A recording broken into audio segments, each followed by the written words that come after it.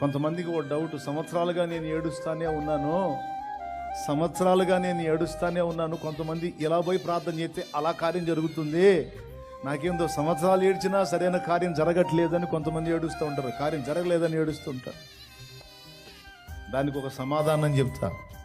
చాలామంది ప్రార్థించి అలా పొందుకొని ఉండొచ్చు, వాళ్ళందరూ సామాన్యులు.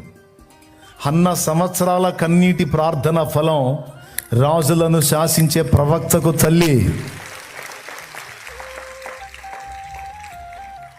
దావీదు కుమారుడా నన్ను దాటిపోకయ్యా అని యేసు ప్రభు పిలిపించుకున్నాడు. ఆయన దావీదు కుమారుడు అనిపించుకున్నాడు యేసయ్య.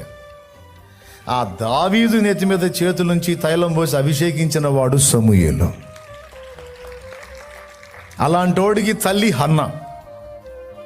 ఈమె ఇంత కృప పొందిద్దని, ఇశ్రాయేలు సర్వ సమాజానికి ఆ గొడ్రాలికి పుట్టే కొడుకే తీర్పు తీరుస్తాడని, న్యాయాధిపతి అవుతాడని, 2 రాజులను ఆయనే నియమిస్తాడని ఎవరికి తెలుసండి? ఆమెకు కూడా తెలీదు.